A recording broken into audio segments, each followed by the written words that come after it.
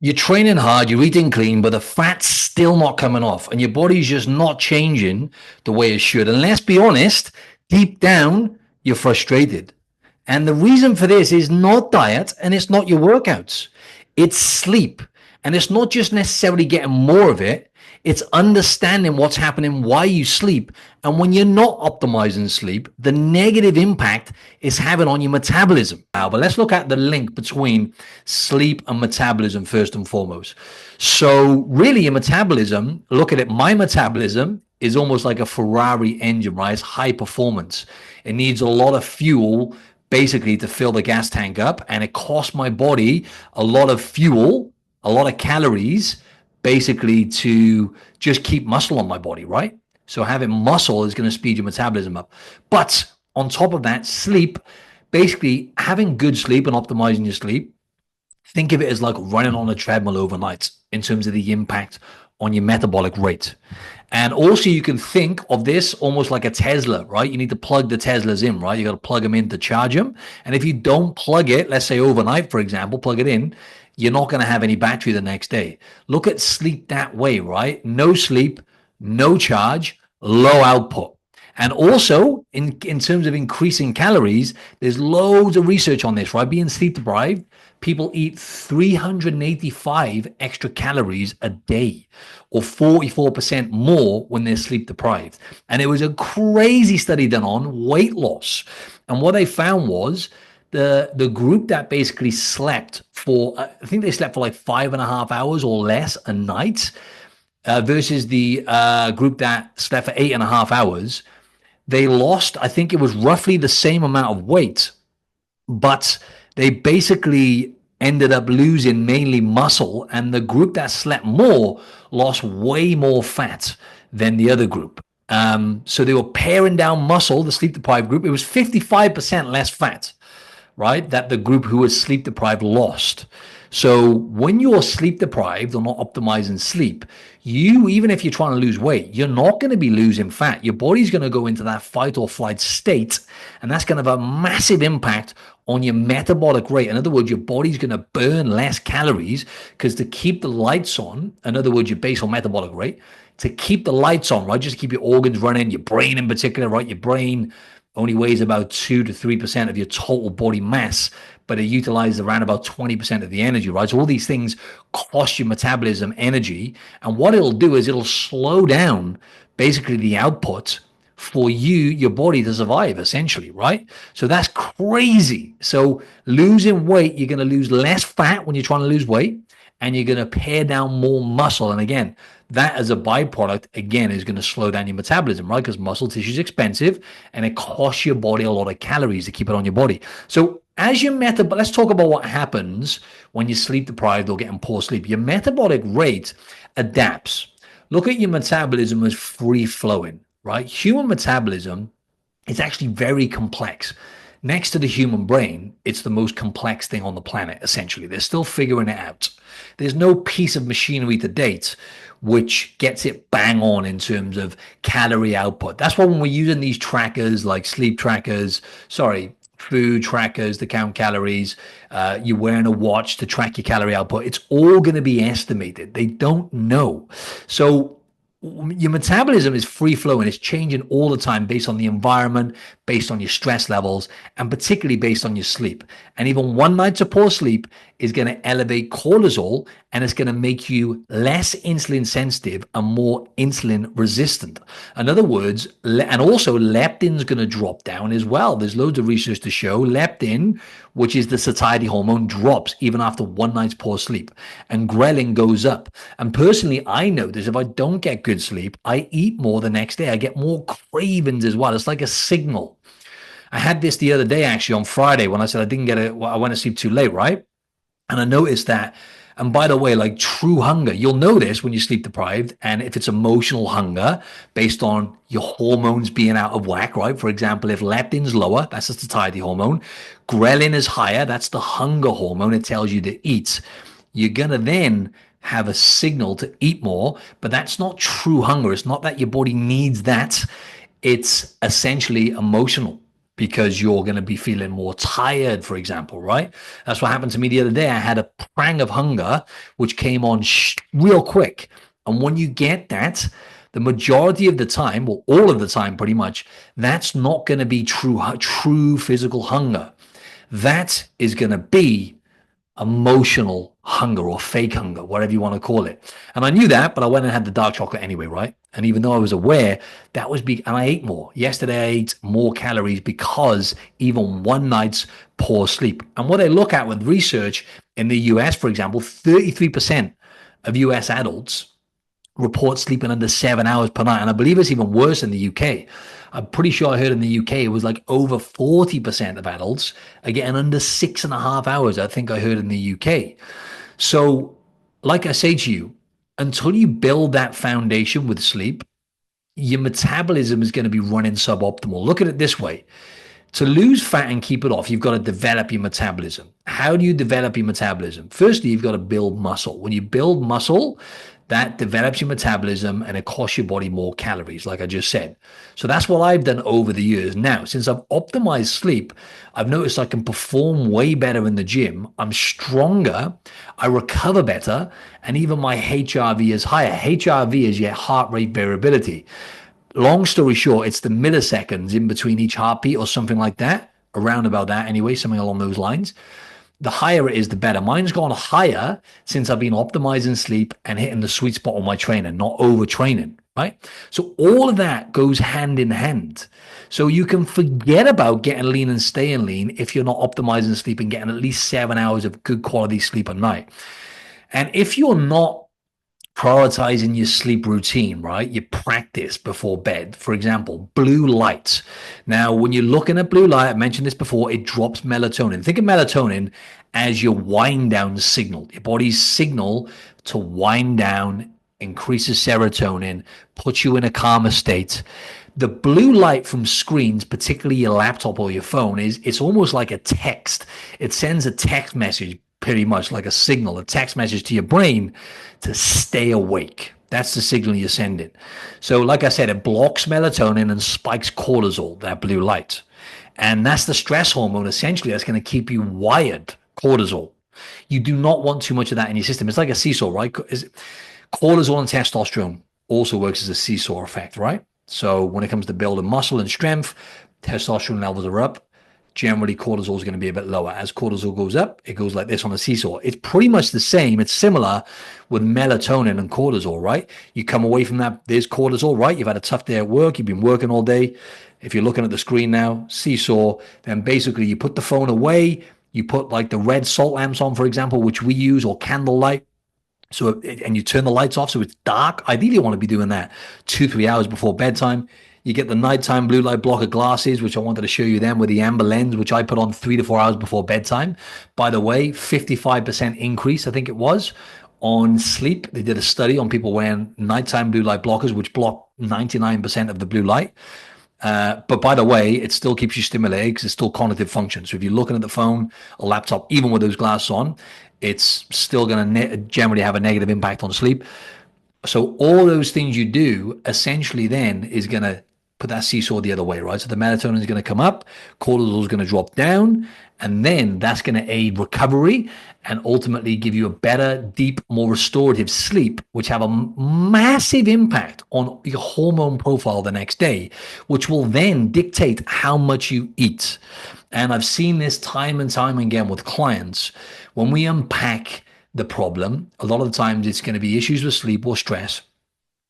And then with food, they notice, and I notice as well, snacking, more prone to snacking. You probably notice this, right? Again, when you get a craving, you get a fast signal to eat something, that's not true hunger. That's a snack. That's an incomplete. Generally, it's going to be an incomplete meal. Like I snacked on dark chocolate. I've been snacking too much.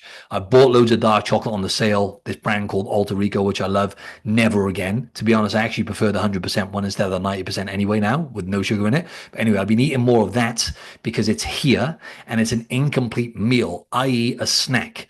Then you've got complete meals, like I said last time, which is real food, nutrients, nourishment. eat those meals as much as possible, reduce the incomplete meals.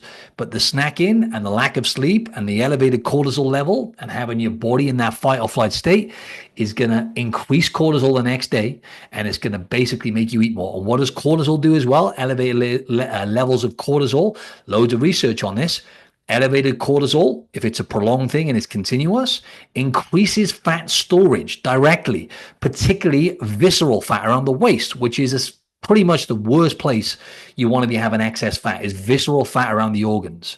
Not only is that going to take years off your life and increase your risk of diabetes, particularly if it's over a certain ratio, over a certain amount.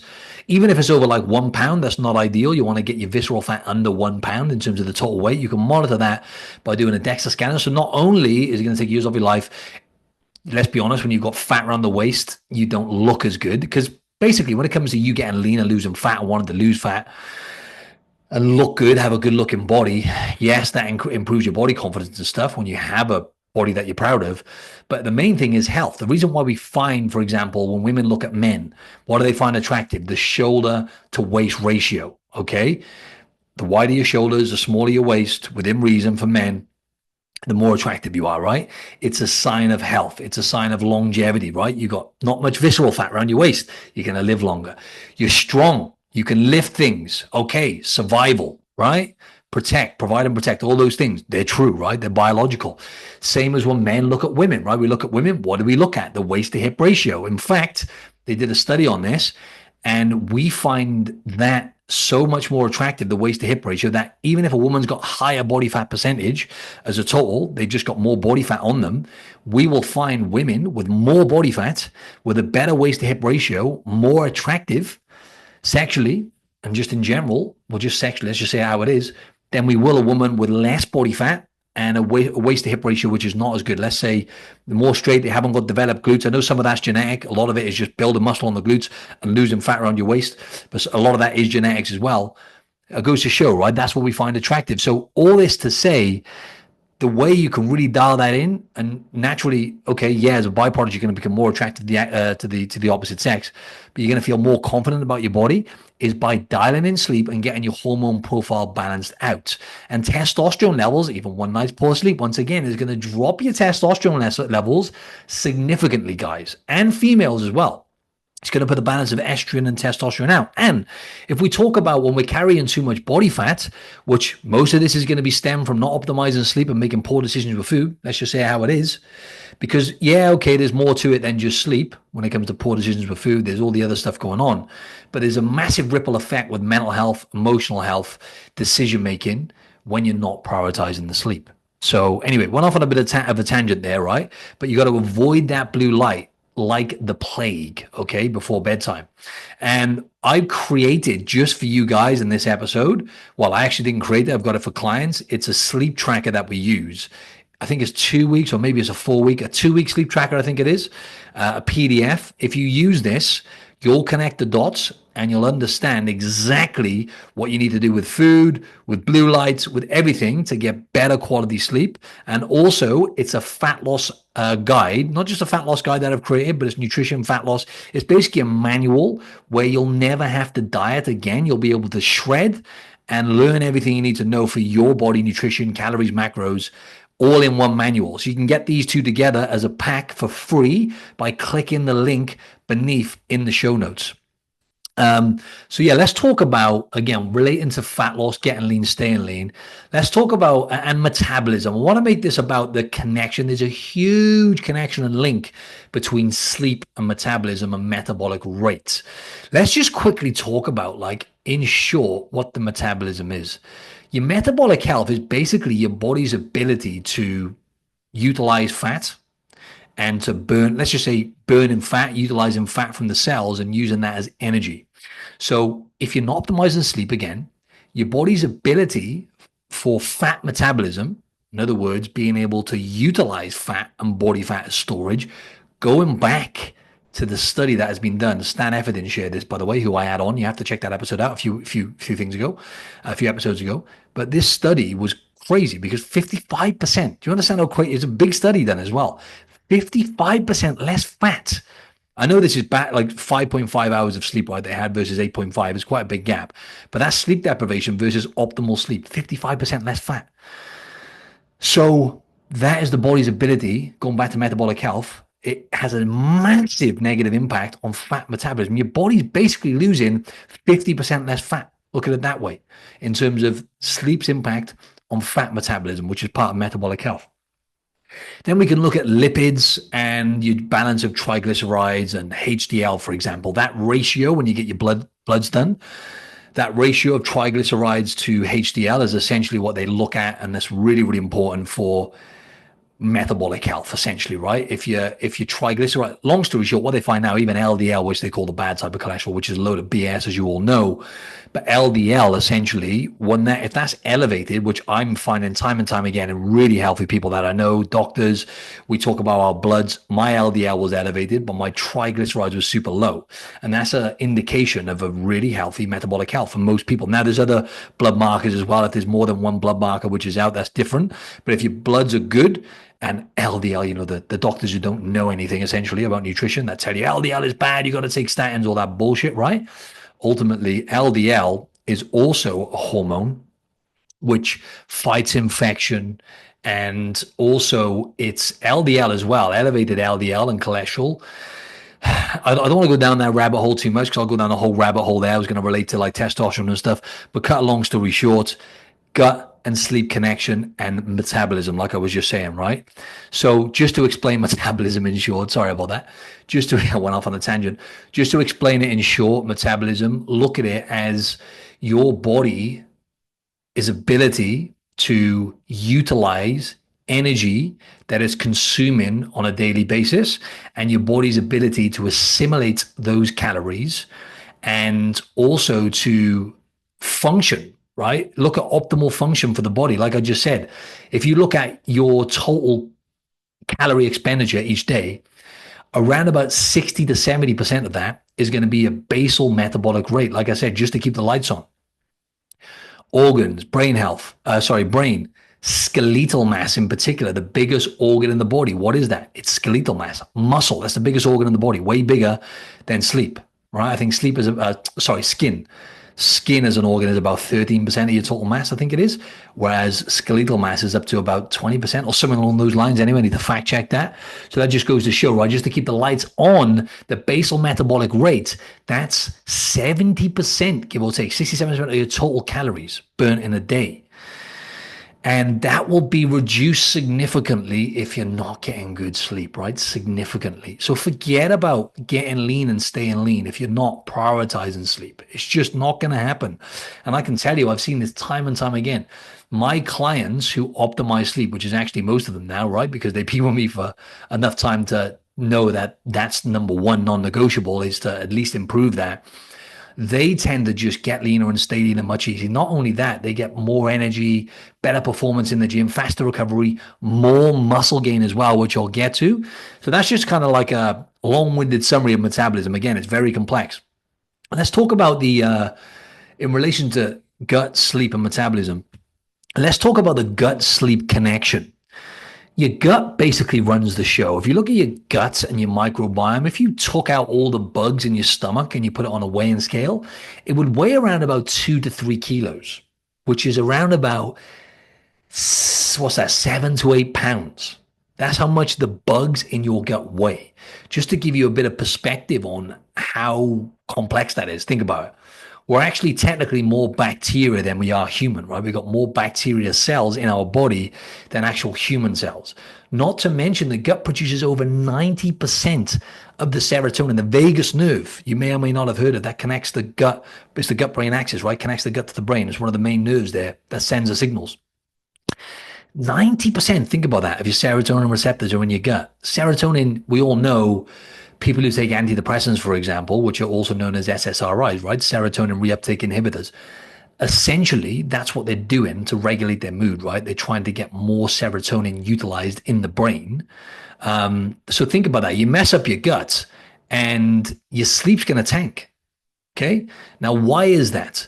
Why does poor sleep impact gut? Why does poor gut health impact sleep? Well, think about it. I think over 20 different hormones are produced in the gut. And this is hormones like ghrelin, which tells you you're hungry, leptin, which keeps you satiated, GLP-1, right? We know about Ozempic now and different types of GLP-1s that people are taking. This basically improves satiety. GLP-1 basically is a hormone produced in the gut, and essentially it doesn't last long. This is why that I don't want to go off on a tangent, but I want to educate you along the way.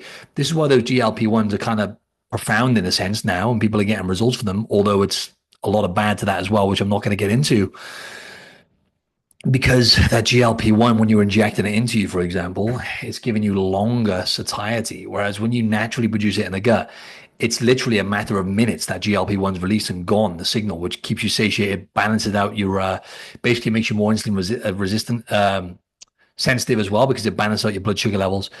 So look at all those hormones that are produced in the gut. So obviously, if your sleep is going to be, there was a study done as well. Let me talk about the study. There's a study done in 2022, right, where they showed that, poor gut diversity, for example, right? In other words, people who have a lot of intolerances and issues with food. And a lot of that is related to gut diversity, but that's been kind of overhyped. I think gut diversity, there's a lot of nuance to that. But ultimately, it's directly linked to lower serotonin and worse sleep quality. So again, when you look at it, again, I'm just using common sense here. Serotonin, it basically helps you feel calm and relaxed before bedtime, right? That's why when I have my carbohydrates in the evening, I notice I feel a bit calmer, which is probably partly why. And I notice, right, because I track my sleep. And I've said this time and time again. Whenever I have I've done it twice now. I've had two days where I've done probably under 50 grams of carbs, or maybe even less than that. Sleep was terrible both times, like 80% worse than what it is on a normal night. Horrendous. So there's obviously a link there between when I'm having carbohydrates. Again, look at generally having low carbs or keto, you're going to generally have more dopamine. Look at carbs is more obviously context to this and nuance, but look at carbohydrates as serotonin, right? More serotonin. So having that in the evening, I notice I get a profound, profound is not the right word, a positive impact on sleep massively when I have carbohydrates in the evening. So it must be linked to serotonin, and then serotonin and melatonin have a big link in terms of a synergy working together. So it all makes sense, right? The gut sleep connection. So how do you look at, guts and fat loss as well? And not to mention as well, right? When you eat an artificial sweeteners and all these different foods, they play a massive part in terms of the not the gut diversity, sorry, the microbiome and the bugs in your gut. There's going to be certain bugs in your gut which are going to increase cravings drastically and make you eat more, right? Loads of research on that now as well. So really important to pay attention to those things. The other thing I want to touch on is sleep and activity as well. A lot of people, they say things like, I've just got to a point and my body's just stopped losing fat. Now, obviously, there's lots of context to that and nuance, but long story short, a lot of the time is people stop moving as much. When people are not prioritizing sleep, they don't realize it because a lot of people don't track their steps. They actually just move less because it makes you more tired and less motivated, even one night's poor sleep. So they actually burn way less calories throughout the daytime because they're less active because of how they feel, right? Not to mention, and there's research on that as well, by the way, in terms of less exercise. Also, you tend to, not only do you eat more, right, when you have a poor night's sleep or you're sleep deprived, but essentially, like I say, you move less. And just look at it this way, like an analogy, it's almost like trying to lose fat whilst you're basically standing in quicksand, right? When you're sleep deprived, because you're just not moving as much generally, even if you're not aware of it. So there's a big thing on that as well with sleep and activity output that people are not aware of. It's the knock-on negative effect from sleep. It's not just like sleep. Okay, one night's poor sleep, I'm fat. Doesn't work like that, right? It's the impact on decisions with food on your activity output. Those two things alone, right? Forget about the hormones and everything else, what that's going on there, which will slow down your metabolism. It's going to be the night and day difference between you losing fat, keeping it off, and staying lean. Big thing I want to tie in as well is strength training, right? Now, obviously, like I said, strength training builds lean muscle, that boosts metabolism and everything, right?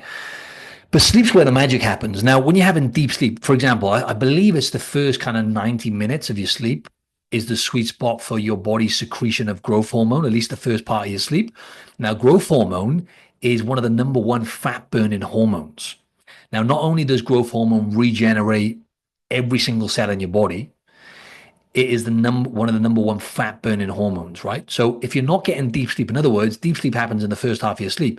If you're not going to bed early enough, for example, and I track this on the Aura, I'll give you an example. Went to bed a bit later last night. Like I said, the last 2 nights, deep sleep was lower naturally because I went to bed later. It's not rocket science. The deep sleep happens as soon as you fall asleep, generally. Well, for me anyway, and most people. When you fall asleep, deep sleep, boom. You want to be getting at least, let's just say on average, at least they say 70 minutes minimum, right? An hour and 10 minutes of deep sleep. Research shows, right? You need minimum. And if you go to bed later, you're going to get less deep sleep because you're going to bed later. So your body's got less of an opportunity to get that deep sleep. Sometimes you can catch up on it on the second half of sleep, but generally the sweet spot is when you first fall asleep.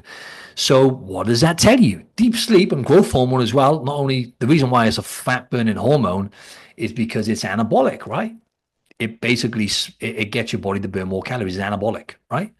So less sleep, you're not going to build as much muscle. Forget about muscle gain. Muscle gain is really hard. It takes a lot of time. People don't build muscle as fast as they think they do. Oh, I built like 4 pounds of muscle this month. You never. Unless you're on gear and you've got great genetics, you never. Simple as that.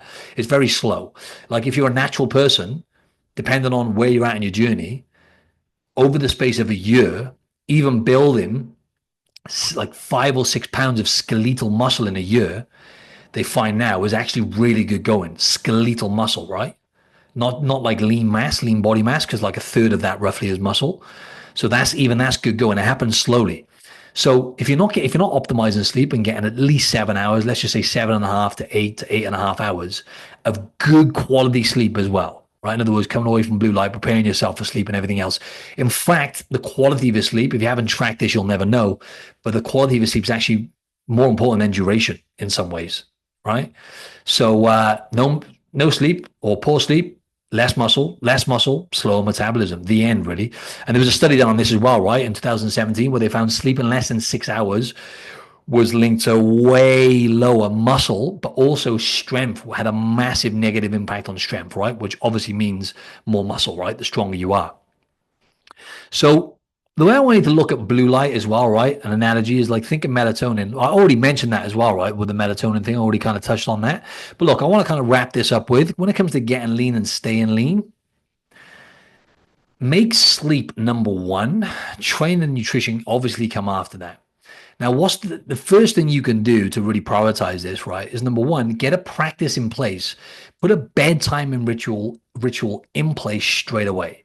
Now, that bedtime ritual can be simple. It doesn't have to, if you're someone who's on your phone right until you go to sleep, how about you do this, right? You have 30 minutes with no phone or laptop. Start that straight away. That's your bedtime ritual. Within that 30 minutes, ideally longer than that, right? But within that 30 minutes, get your gym kit ready, brush your teeth. You can do whatever you got to do within that 30 minutes, then go to sleep, right? Ideally, give it an hour. I give it at least 60 to 90 minutes, and then you can get your stuff ready, whatever you're doing, as long as you're not looking at blue light. Read a book like I do, for example. It helps me wind down. Some people, it actually makes them more stimulated, but 90% of people helps you wind down. Get that bedtime ritual in place straight away. It'll change your life. Now, it's one of those things that when it comes to good quality, and even blue light blocker glasses, if you can get a pair of nighttime blue light blocker glasses, they got to have an amber lens on them. Amber lens sleep blue light blocker glasses. Get a pair of them. All you got to remember to do is put them on, right? That's a win because that's all you got to do. It doesn't take any discipline. Just remember to put them on and put them on 3 to 4 hours before bedtime. That will help as well, right? But you have to do the work. The other thing I want you to do is really be mindful of food intake as well. If you're not tracking your food, you're not going to be aware of these things, but they make a massive impact of recovery and sleep quality. Cut food off at least 3 hours before bedtime if you can. Cut water and fluid off a minimum of 1 hour, ideally 2 hours before bedtime. So the 3-2-1 method, 3 hours no food, 2 hours no fluid. I give it 1 hour, that works for me, but I'm pretty good. I don't tend to wake up and go for a pee in the nighttime. 1 hour, no blue light or electronics, right? If you can follow that method, it's simple, but it works. But have that bedtime ritual in place. And more importantly than that, go to bed at the same time. As I say, I felt jet lag today. I felt it because I had 2 nights. By the way, I always say to clients and to myself, never miss twice. And what did I do? I missed twice with sleep. I haven't done that in a while, right? So I sometimes need to take my own advice.